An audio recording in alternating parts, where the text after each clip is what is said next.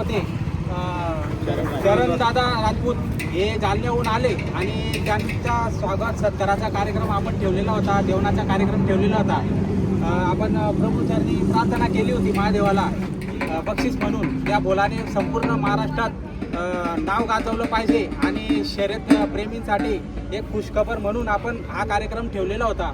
तर त्याचे विजयी झालेले चरण दादा आणि हा महाराष्ट्रभरासाठी असा उपक्रम आपण राबवलेला होता. तर भरपूर अजून याच्या पुढे आपण राबवू. कानाकोपऱ्यातून, महाराष्ट्राच्या कानाकोपऱ्यातून नाही तर इतर राज्यातून आपल्या लकी ड्रॉसाठी एंट्री केलेली होती शेतकरी बांधवांनी, शर्यतप्रेमी बांधवांनी.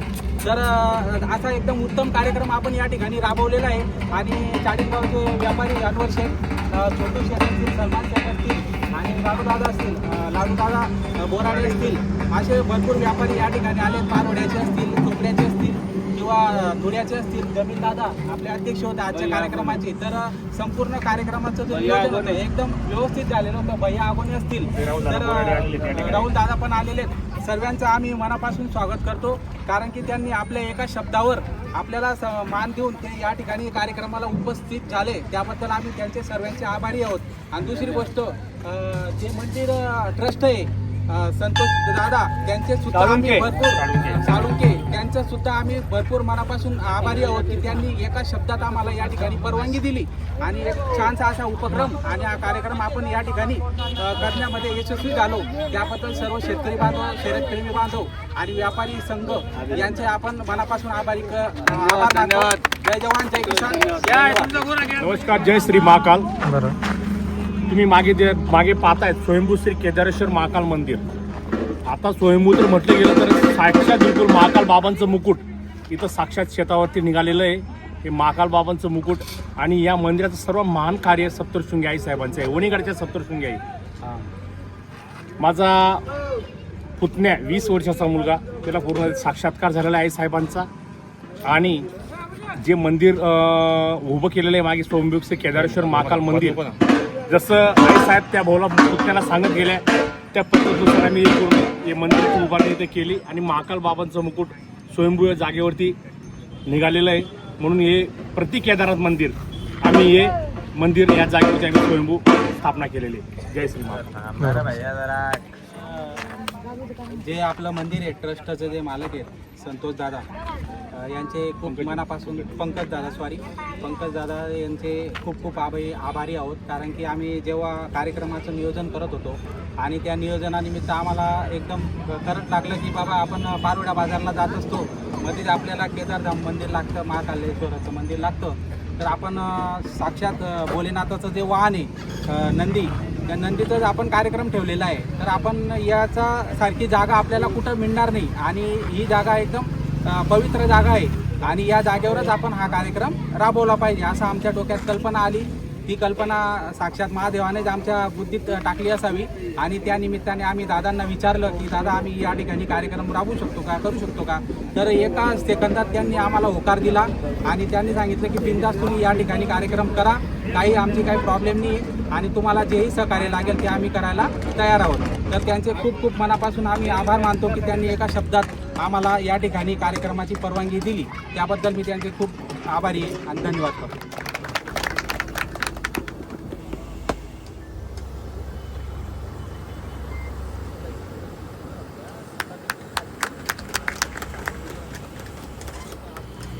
बोला भारत माता की, भारत माता की, भारत माता की.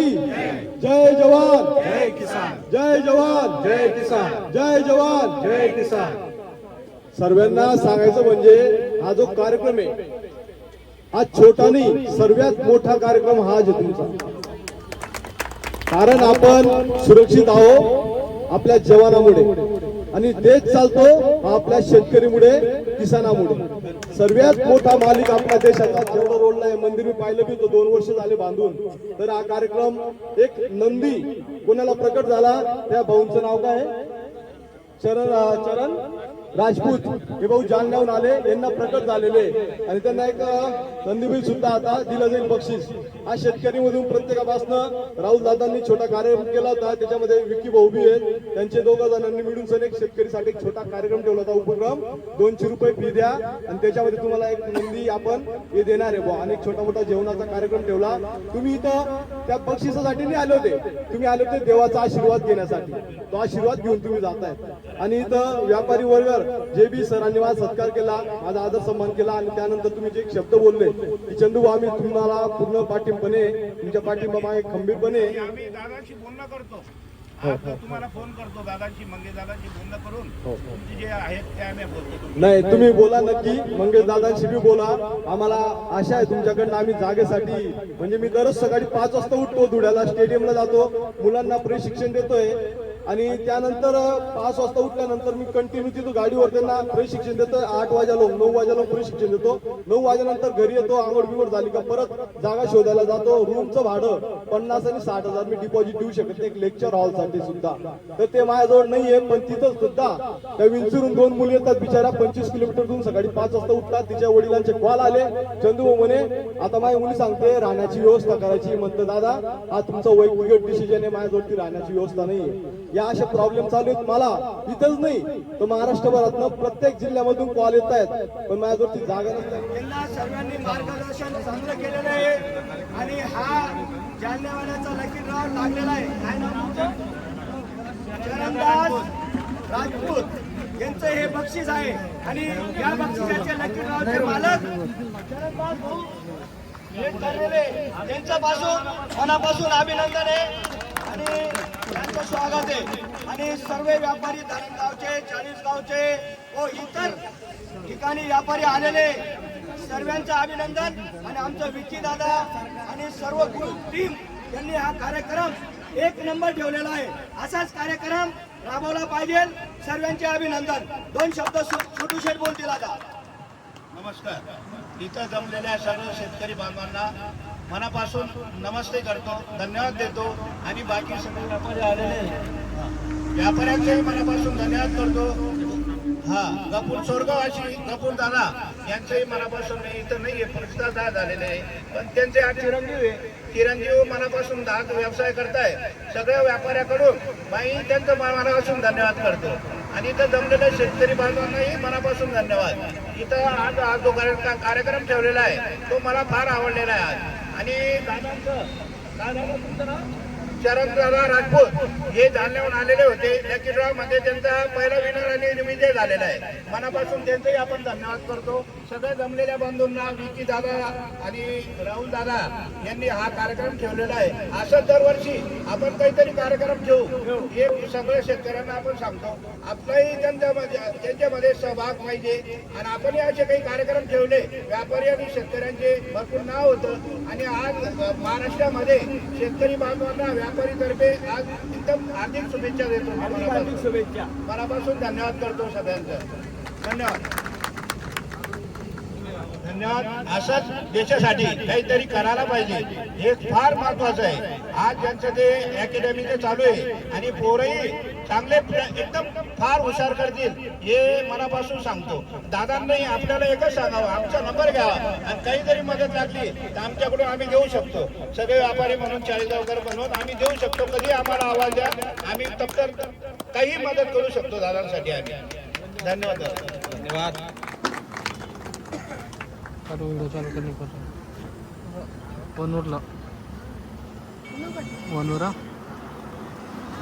तसेच या पुढील जो सत्कार आहे अनवर शेठ आणि छोटू शेठ,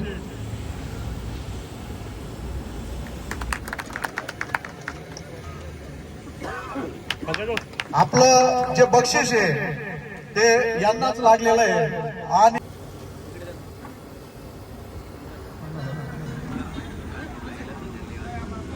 तसेच आणि राहुल दादा आणि विक्की दादा यांना पण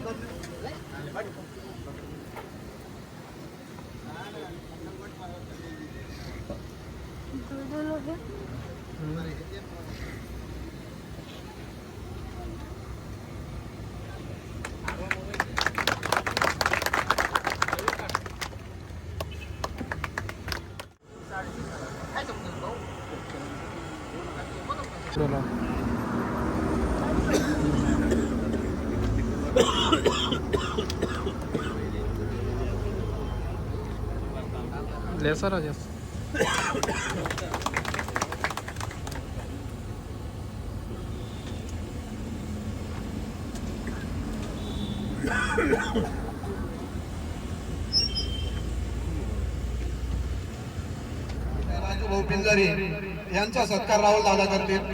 सत्कार विजय शिरसाट करतील.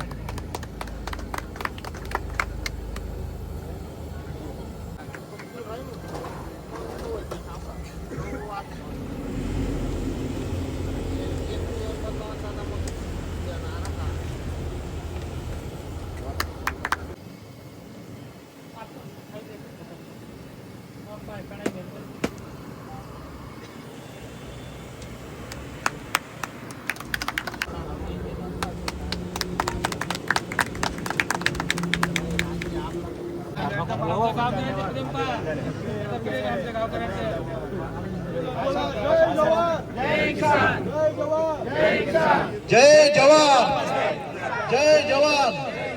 हार्दिक अभिनंदन आहे सर्वांचं. सर्व शेतकरी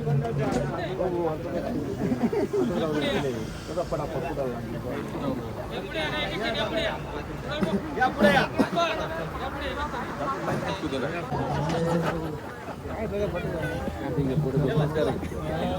सर्व शेतकरी बंधूंचं अभिनंदन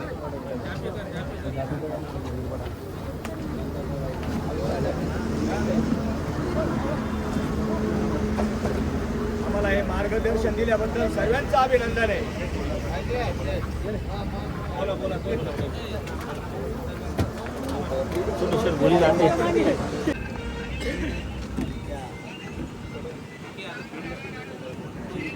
आनंद झालेला आहे. बक्षीस तर लागलं, बक्षीस एक वेगळा प्रकार आहे, पण त्यांना एवढा आनंद झाला की साक्षात त्यांना महादेव प्रसन्न झाले आणि त्यांच्या नावाची चिठ्ठी जी ती लकी ड्रॉ आहे तर भोलाने पूर्ण महाराष्ट्रभरामध्ये नाव करायला हवं असेच आपण प्रभूचरणी प्रार्थना करतो. आणि बाकीच्यांचे अजून पण सत्कार समारंभ बाकी आहे, तर सूत्रसंचालन ते करत होते आपले महाराज, त्यांचाच सत्कार राहून गेलेला आहे आणि बंटी भाऊ यांचा सत्कार राहिलेला आहे. तर किरण महाराज तुमचा सत्कार बी टी पाटील यांनी करावा अशी मी विनंती.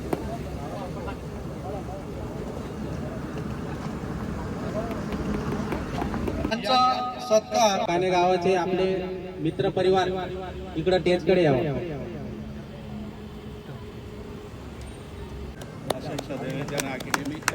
कारण या देशासाठी जवान चंदू चव्हाण यांनी भरपूर योगदान दिलेलं आहे. सर्वात मोठा कार्यक्रम आहे ही लक्षात घ्या. पहिली गोष्ट, आपण ज्या दिशेला जातोय त्यामध्ये असंख्य प्रॉब्लेम चालू आहेत. तुम्ही बघितलं आपले महाराज जे माझ्यासाठी यांनी मुख्यमंत्र्यांना सुद्धा आश्वासन केलं होतं की बाबा चंदू चव्हाणला अकॅडमीसाठी जागा द्या. मला त्यांनी फोन लावला तर संपर्क केला तर माझ्यापाशी आले होते.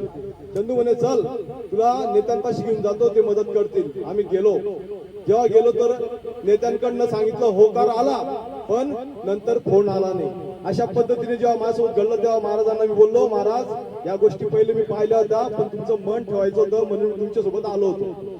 नंतर ते महाराजांनी सांगितलं चंदू अजून हारू नको, तुझ्या मागे पूर्ण तरुण वर्ग बी आहे आणि शेतकरी बांधव सुद्धा आहे, तरी आपण प्रयत्न करू. तर मी अजून त्यांचा कार्यक्रम होता.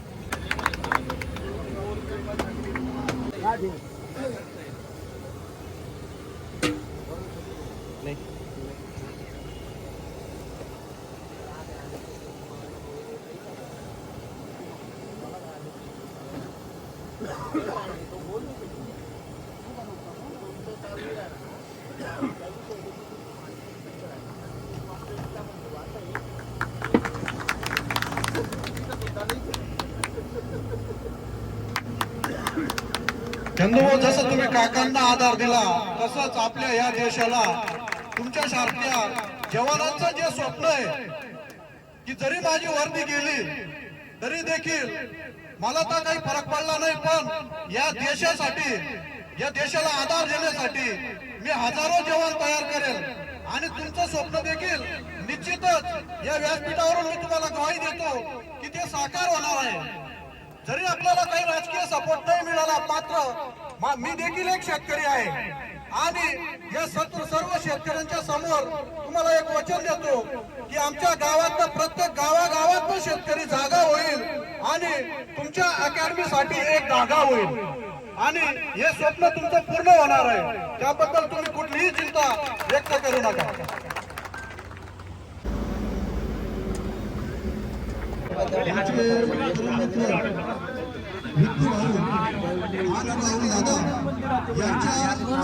त्या दिवशी हा बक्षीस समारंभ ठेवला आणि त्यात